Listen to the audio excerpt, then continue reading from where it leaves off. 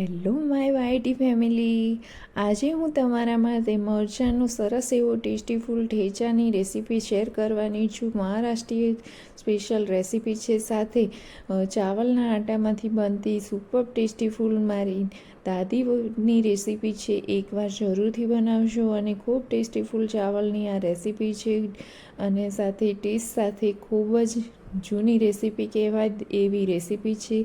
સૌપ્રથમ આપણે મરચાંનો ઠેચો બનાવીશું. તેના માટે આપણે વધારે પડતા તીખા પણ નહીં અને મોળા પણ નહીં તેવા મીડિયમ તીખા મરચાં લઈશું. તેને આવી રીતે રફલી કટ કરવાના છે, સારી રીતે ધોઈ દેવાના છે અને ત્યારબાદ તેની લૂછી અને રફલી આ રીતે બધા જ મરચાં કટ કરી લઈશું. ત્યારબાદ હવે આપણે એક પેન મૂકીશું. તેમાં હવે આપણે અહીં સિંગદાણાને રોસ્ટ કરવાના છે. તેને બંને સાઈડ સરસ એવા ધીમે આંચે શેકવાના છે. તે શેકાઈ જાય ત્યારબાદ તેને આપણે એક ડીશમાં લઈ લઈશું. ત્યારબાદ હવે એ જ ગરમ તવીમાં આપણે મરચાં એડ કરીશું અને 7થી 8 નંગ લસણની કળી એડ કરવાની છે અને તેમાં અડધી ચમચી જેટલું ઓઇલ એડ કરી અને ધીમા ગેસે આપણે સરસ એવું તેને ફેરવી જઈશું અને શેકાવા દઈશું. આ ટેસ્ટી ફૂલ ઠેચો તમે એકવાર જરૂરથી બનાવજો, ખૂબ જ ટેસ્ટી ફૂલ લાગે છે અને મહારાષ્ટ્રીય સ્પેશિયલ ઠેચો છે. ખાવાની ખૂબ મજા પડી જાય હતી અને તેને જોતાં જ મોઢામાંથી પાણી આવી જાય તેવો ઠેચો છે. એકવાર જરૂરથી બનાવજો. હવે તમે જોઈ શકો છો કે આપણા મરચાં અને લસણ સારી રીતે શેકાઈ ગયા છે. હવે આપણે બંને મિડલમાં 1 ચમચી જેટલું જીરું એડ કરવાનું છે. તેને પણ સારી રીતે શેકવાનું છે. ત્યારબાદ તેમાં આપણે થોડું કોથમીર એડ કરીશું અને 2-3 નંગ ફુદીનાના પત્તા એડ કરવાના છે, જેથી ખૂબ જ ટેસ્ટી ફૂડ ટેસ્ટ આવે છે તેનો અને સરસ એવો ઠેચો આપણો રેડી થઈ જાય છે. હવે તેને આપણે શેકવા દઈશું અને ત્યારબાદ હવે આપણે ગેસની ફ્લેમને બંધ કરી દઈશું અને આ મરચાં બધું મિક્સર જ્યાં સુધી ઠંડુ ના થાય ત્યાં સુધી આપણે તેને થોડીવાર રેસ્ટ આપવાનું છે. એકદમ ઠંડુ થઈ ગયા બાદ આપણે તેને હવે કાં તો ખોલમાં કાં તો ખોરણી પારણાની મદદથી તમે મિક્સરમાં પણ મેશ કરી શકો છો, પણ જો આવી રીતે ખોલમાં કે ખોરણી પારાની મદદથી તેને મેશ કરવામાં આવે તો ખૂબ જ ટેસ્ટી ફૂલ ટ્રેડિશનલ ઠેચો તૈયાર થઈ જાય છે. આ રીતે મને ઠેચો ખૂબ જ ગમે છે, માટે હું ખોરણી પારામાં આ બધું મિક્સ કરેલું મિશ્રણ તેમાં સિંગદાણાને ફૂતરા નીકાળી અને પણ એડ કર્યા છે અને તેને આ રીતે ખોરણી પારાની મદદથી મેશ કરી દીધું છે. ત્યારબાદ હવે તેમાં સ્વાદ અનુસાર આપણે મીઠું એડ કરવાનું છે. તેને મિક્સ કરી દેવાનું છે અને હવે આપણે તેને એક કટોરીમાં નીકાળી દઈશું અને તે આ રેસીપીને તમે આ ઠેચો અઠવાડિયા સુધી તમે કોઈ પણ પરોઠા ચટણીની જેમ તમે ખાઈ શકો છો. ખૂબ જ ટેસ્ટી ફૂલ ઠેચો છે. તેને ભાખરી સાથે, રોટલી સાથે કે પરોઠા સાથે ખાવાની ખૂબ મજા આવી જાય છે અને દેખતા જ મોઢામાં પાણી આવી જાય તેવો સરસ ટેસ્ટી ફૂલ ઠેચો આપણો રેડી થઈ ગયો છે. હવે આપણે મારી દાદીની સ્પેશિયલ રેસીપી ચાવલના આટામાંથી બનતી આ રેસીપી છે. એકવાર જરૂરથી બનાવજો.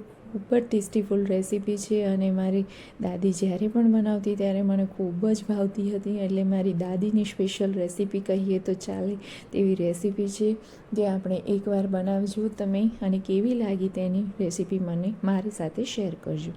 તેના માટે મેં અહીં લીલી ડુંગળી, જે શિયાળામાં આપણને સરળતાથી મળી રહે તે લીલી ડુંગળી લીધી છે. તેને આ રીતે ઝીણું કટિંગ કરી દીધું છે.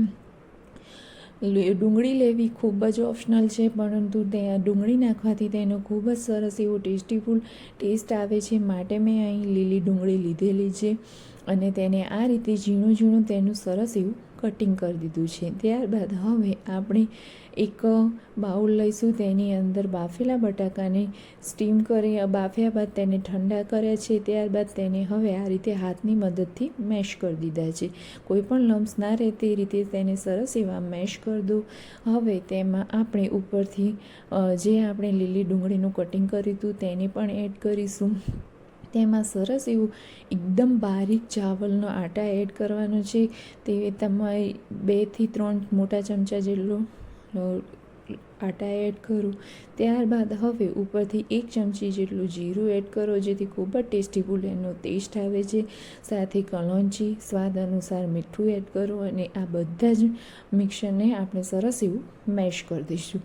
હવે તેમાં આપણે ધીમે ધીમે પાણી એડ કરવાનું છે. ચાવલનો આટા હોવાને કારણે તેમાં પાણીનું પ્રમાણ થોડુંક વધારે જ રાખવાનું, જેથી એકદમ સરસ એવું આપણું બેટર તૈયાર થઈ જાય. તમે પાણી એડ કરતા જાઓ અને તેને મિક્સ કરતા જાઓ, જેથી પાણીનું પ્રમાણ ખૂબ વધારે પણ તેમાં એડ ના થાય અને જરૂરિયાત પ્રમાણે તમને જરૂર લાગે તે રીતે આપણું જે સરસ એવું મિક્સર તૈયાર થઈ જાય. હવે તમે દેખ્યા પ્રમાણે વિડીયોમાં જે પ્રમાણે મેં એડ કર્યું છે તેવી જ રીતે તમે ધીમે ધીમે મેશ કરતા જાઓ. બધા જ મસાલા તેમાં મિક્સ થઈ જશે અને સરસ એવું આપણું બેટર રેડી થઈ જશે.